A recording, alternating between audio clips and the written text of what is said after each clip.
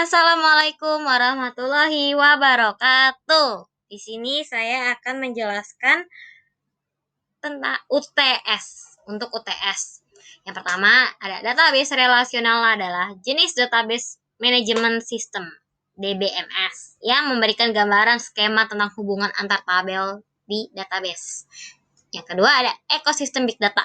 Ekosistem big data adalah kumpulan dari data berbagai sumber data, baik yang terstruktur maupun tidak terstruktur. Yang ketiga ada data science. Data science merupakan ilmu interdisiplin dengan menganalisis kumpulan data dari data engineer dengan metode matematika, statistika, dan machine learning (AI). Sedangkan data scientist merupakan orang yang memproses data dari data science menggunakan kemampuan matematika, statistik, dan AI untuk menemukan solusi dari suatu permasalahan. Yang ketiga ada data engineering, merupakan ilmu rekayasa data yang mempelajari tentang database, data warehouse, data lake, dan sistem pemrosesan data berskala besar. Sedangkan data engineer-nya itu orang yang mengembangkan big data yang belum terstruktur. Yang ketiga ada data analis, merupakan proses pemodelan data yang bertujuan untuk menemukan kesimpulan informasi yang berguna. Sedangkan data analis merupakan orang yang akan menganalisis data-data menggunakan teknologi. Yang kedua ada sebutkan dan jelaskan daur hidup life cycle data science. Yang pertama ada business understanding. Itu untuk mengidentifikasi topik dan permasalahan di beberapa aspek seperti bencana alam, sosial, dan ekonomi, kesehatan, seni, dan pendidikan. Data mining, mengoleksi data dari sumber baik primer maupun sekunder. Contoh dari data penyakit dan kesehatan, bencana alam, sosial, ekonomi, dan pendidikan. Data cleaning, membersihkan dan memeriksa keakuratan data. Contoh, imputasi, missing values, integrasi data, deteksi outlier, dan normalisasi data. Selanjutnya ada data exploration, mengidentifikasi distribusi data melalui pendekatan statistik deskriptif. Contohnya itu memahami isi data, frekuensi, dan distribusi data, dan korelasi data. Selanjutnya ada feature engineering, menyeleksi fitur terpenting dan membuang fitur yang kontribusi yang rendah. Predictive modeling, membangun model prediktif atau machine learning dari dataset. Ada supervisor learning, itu misalnya classification model dan regression model. Yang kedua ada unsupervised learning, clustering model, dan association rule model. Yang terakhir ada data visualization, memberikan hasil insight yang didapat kepada stakeholders melalui visualisasi data yang interaktif, menginterpretasikan ke dalam bentuk grafik dan plot yang mempermudah pemahaman untuk kepentingan dan dalam waktu singkat sampai mendapatkan insight-nya. Selanjutnya ada soal ketiga di studi kasusnya. Yang pertama ada, kita bagi dulu model prediktif yang membedakan antara si monokotil dan dikotil ini. Yang pertama ada tumbuhan berbiji. Dalam fitur ini saya akan membuat dalam bentuk tabel dan diwarnai tumbuhan ini termasuknya monokotil atau dikotil.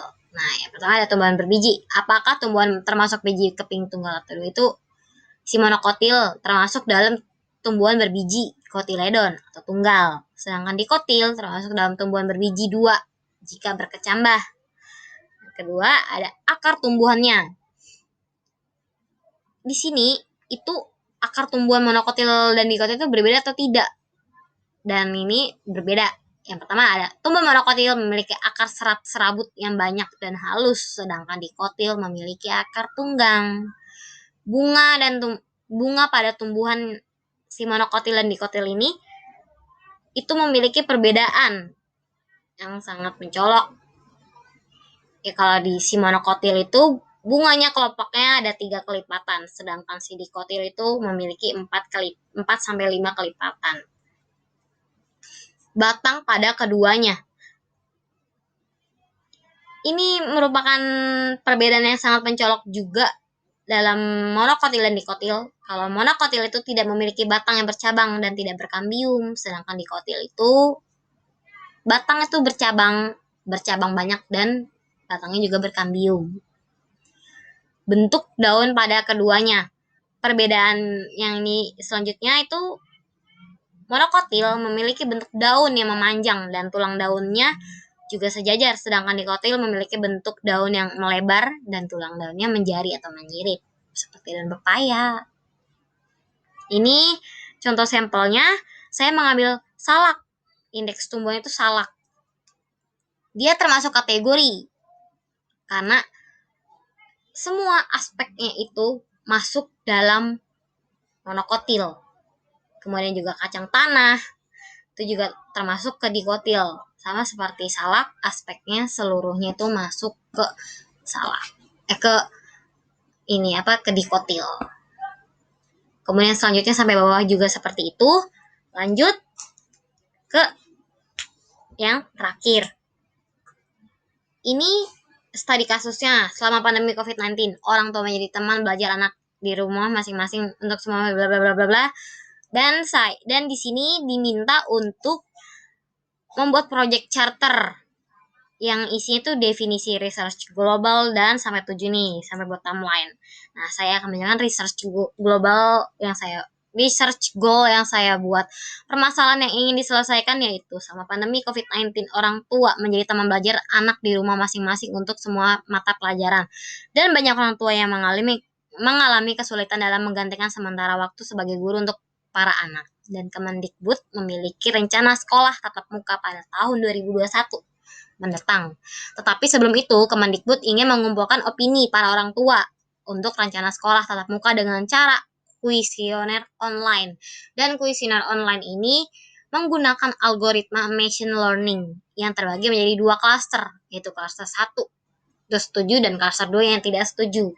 Konteks dan misi project yang saya buat, konteksnya itu selama pandemi COVID-19 orang tua menjadi teman belajar anak di rumah masing-masing untuk semua mata pelajaran dan banyak orang tua yang mengalami kesulitan dalam menggantikan sementara waktu sebagai guru untuk para anak karena tidak semua orang tua mengerti dengan materi per mata pelajaran anak. Dan juga beberapa orang tua juga mengalami bentrok di pekerjaannya antara mengerjakan tugas kantor dan membantu anak. Permasalahannya itu dalam menanggapi keluhan para orang tua anak, Kemendikbud memiliki rencana sekolah tatap muka akan dilaksanakan pada tahun 2021. Tapi sebelum itu, Kemendikbud ingin mengumpulkan opini para orang tua tentang rencana ini melalui kuesioner online menggunakan algoritma machine learning. Nah, apa yang akan dianalisis? Yang pertama itu ada analisis faktor-faktor yang dikeluhkan oleh orang tua. Semua aktivitas yang mengharuskan keluar rumah menjadi dibatasi akibat adanya COVID-19. Contoh sederhana, anak sekolah yang belajar di rumah dan beberapa instansi yang menerapkan work from home.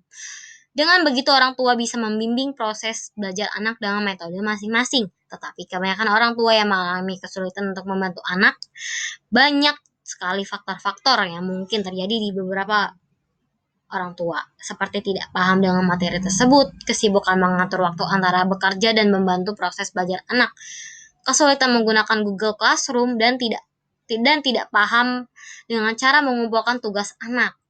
Nah, ini yang paling kompleks menurut saya. Karena di beberapa orang tua yang saya dengar itu mengalami kesulitan dalam mengumpulkan tugas yang membingungkan. Yang kedua ada analisis berapa persen yang mengeluhkan school from home. Tidak semua orang tua yang mengeluhkan belajar di rumah. Ada beberapa orang tua yang bersyukur bisa menemani anak belajar karena biasanya tidak menemani anak belajar dikarenakan kesibukan di tempat kerja. Tetapi sebagian juga ada yang mengeluhkan belajar di rumah ini karena materi yang sulit dipahami dan diajarkan ke anak. Kan tidak semua orang tua bisa memahami materi, paham, tetapi cara menyampaikan ke anaknya itu bingung. Itu rata-rata kayak gitu. Dan dikarenakan kondisinya seperti ini, mau tidak mau sekolah menerapkan belajar di rumah sesuai yang diperintahkan Kemendikbud. Yang ketiga ada analisis jumlah yang setuju dan tidak setuju. Dengan kuesioner online, Kemendikbud mengetahui jumlah orang tua yang setuju dan tidak setuju dengan rencana Kemendikbud. Rencananya, jika banyak orang tua yang memberi opini setuju, maka tahun depan sudah bisa sekolah tatap muka. Tetap mematuhi protokol kesehatan. Tapi jika suara opininya lebih banyak yang tidak setuju, akan dipikirkan lagi caranya. Dan rata-rata orang tua yang tidak setuju mengkhawatirkan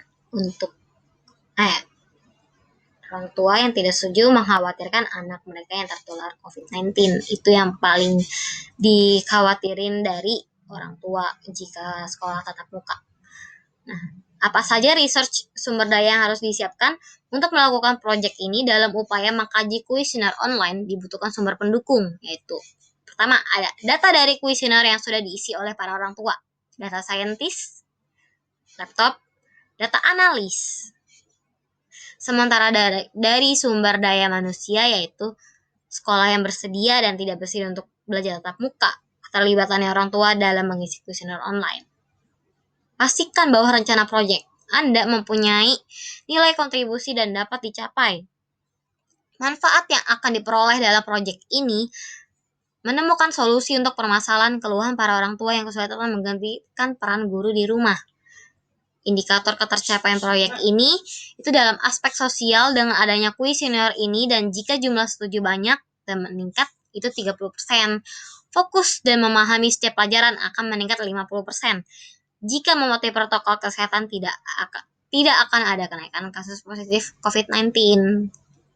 Timeline-nya ini project start-nya dari 10 Desember 2020, pembuatan kuesioner online-nya 21 Desember 2020, pengumpulan analisis data 31 Desember 2020, pengolahan data 10 Januari 2021, pengujian awal project itu 12 Januari 2021, pengembangan project 22 Januari 2021, perbaikan dan pengawasan project 30 Januari 2021. Penutupan projectnya 1 Februari 2021.